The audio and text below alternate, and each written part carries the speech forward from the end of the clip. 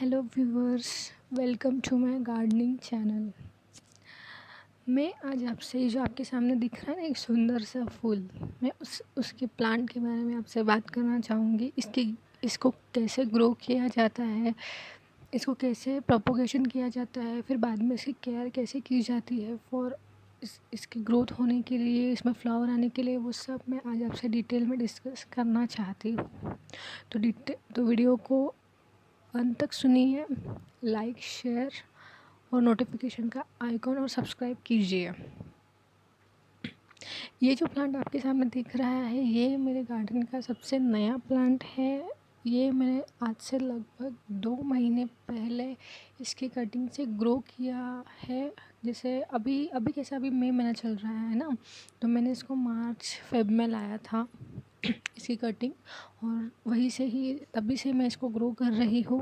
और आज 3 महीने बाद इसको पहली बार फूल लगा है एंड मैं बहुत ज़्यादा खुश हुई हूँ, क्योंकि this colour is very favourite to me in rose. So आइए देखते हैं कि इसकी केयर कैसे की जाती है। सबसे पहली बात, जब मैंने इसे कटिंग से ग्रो किया था, अभी तो ये 10 इंच के पॉट में लगा हुआ है, लेकिन जब मैंने इसे कटिंग से ग्रो किया था तो एक छोटे से पॉट में लाया था। देखिए, आप इसको प्रॉपरली देख सकते हैं। इसकी जो कटिंग है वो काफ़ी पतली है अभी भी। तो इससे आप अंदाज़ा लगा सकते हैं कि जब मैंने इसको कटिंग से ग्रो किया होगा तो वो कितनी छोटी पतली कटिंग होगी। जनरली पेंसिल कट जो होती है उससे छोटी कटिंग नहीं लगाया जाता, लेकिन मैंने इसकी लगा ली क्योंकि मेरे पास और कोई कटिंग अवेलेबल नहीं थी।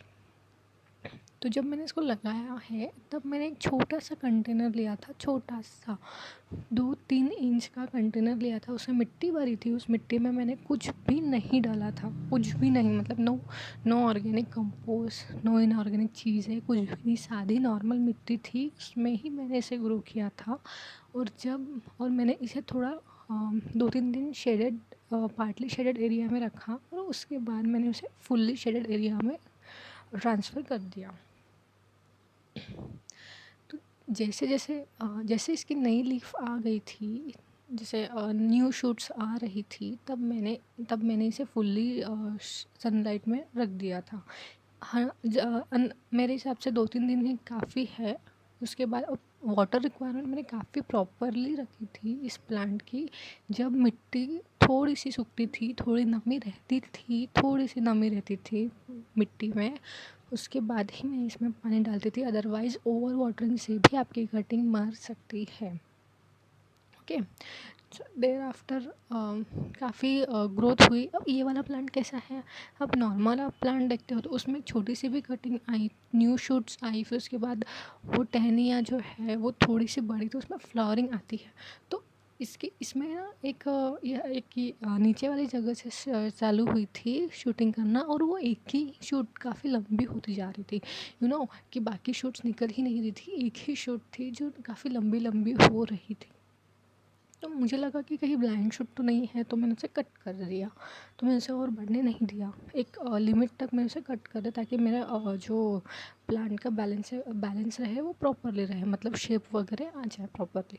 लेकिन जब मैंने उसे कट किया तब दूसरे साइड से ही इसकी शूटिंग हो रही थी, लेकिन एक ही बार, मतलब एक ही साइड से उसकी शूटिंग हो रही थी, फिर भी दूसरी जगह से। लेकिन वो भी बढ़ती जा रही, उसमें फ्लावरिंग नहीं हो रही। जब थोड़ी थोड़ी इन्फॉर्मेशन निकाली, तब मुझे पता चला कि जब तक इसमें ब्रांच थोड़ी लंबी नहीं होती तब तक फ्लावर नहीं आता है। तो इसलिए मैं थोड़ा रुकी कि इसमें आता है या नहीं आता, इसको बढ़ने देते हैं, क्योंकि लास्ट टाइम हमने कट कर दिया था तो हमें कोई फ्लावर नहीं मिला था। इसीलिए इन सब कारणों से ही इसे काफ़ी देखिए ना, मुझे मतलब 3 महीने बाद पहली बार फूल मिल रहा है। जनरली 1-1.5 महीने बाद, 1.5-2 महीने बाद तो फूल आता ही है, मुझे 3 महीने बाद फूल मिल रहा है। तो मैंने इसे बढ़ने देते करके, तो जब मैंने इसे बढ़ने दिया तो आज अभी, मतलब मई का महीना है, मई के महीने में इसे फ्लावर आ चुका है। तो ये प्लांट का ऐसा कुछ नहीं है, समर में भी ये फ्लावरिंग देता है अगर आप इसको अच्छे से केयर करो। इसमें फंगस वगैरह की प्रॉब्लम ज़्यादा नहीं आती। It's very Hardy plant, actually it is a देसी रोज़ बोल सकते हैं। इसकी फ्रेगरेंस भी थोड़ी बहुत है, अच्छी है फ्रेगरेंस। और मतलब अपना जो normal pink, dark pink colour का जो रोज़ होता है उसके कंपैरिजन में इसकी जो फ्रेगरेंस है वो थोड़ी कम है, लेकिन अच्छी है, स्वीट है। बाकी इसमें फर्टिलाइज़र की बात करें तो फर्टिलाइज़र के लिए मैंने इसमें सबसे पहले मस्टर्ड मस्टर्ड केक का लिक्विड फर्टिलाइज़र डाला था। उसके साथ कुछ डीएपी के दाने डाले थे जब उसमें न्यू शूटिंग आ गई थी। मतलब जब से मैंने वो कटिंग लगाया उसके 15 दिन बाद मैंने इसमें फर्टिलाइज़ करना चालू किया। और उसमें मैंने सबसे पहला मेरा मस्टर्ड केक ही था। आप उसकी जगह आप वर्मी कंपोस्ट डाल सकते, नाइट्रोजन रिच फर्टिलाइज़र्स डाल सकते लाइक काऊ डंक एक्सेट्रा। लेकिन मैं जैसे बाकी प्लांट में डाल रही थी तो मैंने डाल दी उसमें भी, मेरी ग्रोथ अच्छी थी। बट फिर भी 1.5 महीने तक मुझे फ्लावरिंग नहीं आई, बट ठीक है। फिर मैंने उसके बाद वर्मिंग कंपोस्ट भी डाल सकते हैं आप इसमें। आपका अगर पौधा आपको काफ़ी घना करना है तो उसमें आप magnesium sulphate like Epsom salt आप उसमें डाल के हर 3 दिन में एक बार आप स्प्रे कर सकते हैं। आप जब स्प्रे करोगे तब 1 लीटर पानी में 1 mg की मात्रा में डालें, उसको घोलें और फिर उसका स्प्रे करें आपके इन प्लांट में। इसके अलावा मैंने केले के छिलके का फर्टिलाइज़र डाला है। मैं केले के छिलके सेव करती हूँ, उसको सुखाती हूँ और या फिर कभी कभी गीले केले के छिलकों का भी लिक्विड फर्टिलाइज़र बना के रखती हूँ। गीले केलों के छिलके का भी आप डाल सकते हैं या फिर पाउडर बना के भी आप डाल सकते हैं। वैसे तो मैं जनरली पाउडर बना के ही डालती हूँ क्योंकि हर बार केले अवेलेबल नहीं होते हैं मेरे घर में। तो मैं केले का फर्टिलाइज़र सुखा के फिर उसका पाउडर बना के फिर उसे डालती हूँ। और ओनियन पील फर्टिलाइज़र भी डालती हूँ, चाय पत्ती भी डालती हूँ। तो ये सब जो है, वैसे ये प्लांट को ज़्यादा फर्टिलाइज़र की ज़रूरत है नहीं क्योंकि इट्स अ देसी प्लांट। और अभी समर का सीज़न चल रहा है तो मैं वैसे हार्डी ऑर्गन फर्टिलाइज़र्स को डालने के लिए सख्त खिलाफ़ हूँ। और मैं केमिकल तो उसमें यूज़ नहीं करती, सिर्फ डीएपी स्टार्टिंग में यूज़ की थी जब समर स्टार्ट होने का था।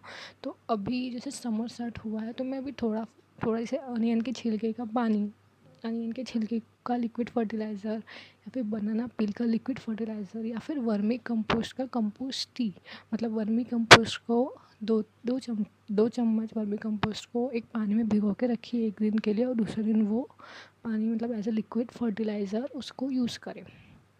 इसके अलावा रेगुलर पेस्ट और इंसेक्ट का जो स्प्रे आता है वो भी आप कर सकते हैं। मैं नीम ऑयल का स्प्रे करती हूँ। अगर आपके घर में नीम ऑयल नहीं है तो आप नीम पत्ती को उबाल के जो पानी मिलता है वो भी आप स्प्रे कर सकते हैं, या फिर नीम के कच्चे पत्तों को पेस्ट बना के उसका जो पानी निकलता है उसका भी आप स्प्रे कर सकते हो।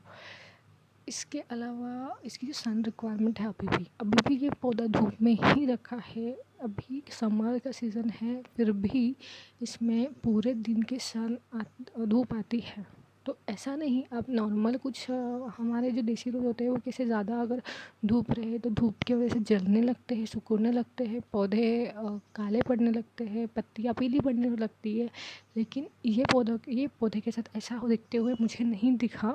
मैंने इसे 10 घंटे की सनलाइट में रखा है समर के सीज़न में भी, तो फिर भी इसकी पत्तियों में ऐसा कुछ नहीं मिल रहा। I think it's a very hard to plants ना। वैसे इसके पत्ते जो है वो थोड़ा सा अलग है देसी रोज़ के कंपेरिजन में। देखो पीछे मुड़े हुए हैं, आगे आगे की तरफ नहीं। तो मैं अंदाज़ा नहीं लगा सकती कि ये किस वैरायटी का है, लेकिन ये देसी रोज़ ही है, देसी या फिर जंगली रोज़। ठीक है, तो बस इतना ही बोलना चाहूँगी। और इसके अलावा अगर कुछ रहता है अपडेट्स तो मैं डेफ़िनेटली शेयर करूँगी। मेरे चैनल को सब्सक्राइब कीजिए, नोटिफिकेशन दबाइए, या फिर इसके बाद का जो भी अगर इन्फॉर्मेशन मुझे मिलती है तो मैं आप तक शेयर कर सकती हूँ। Thank you. Happy gardening.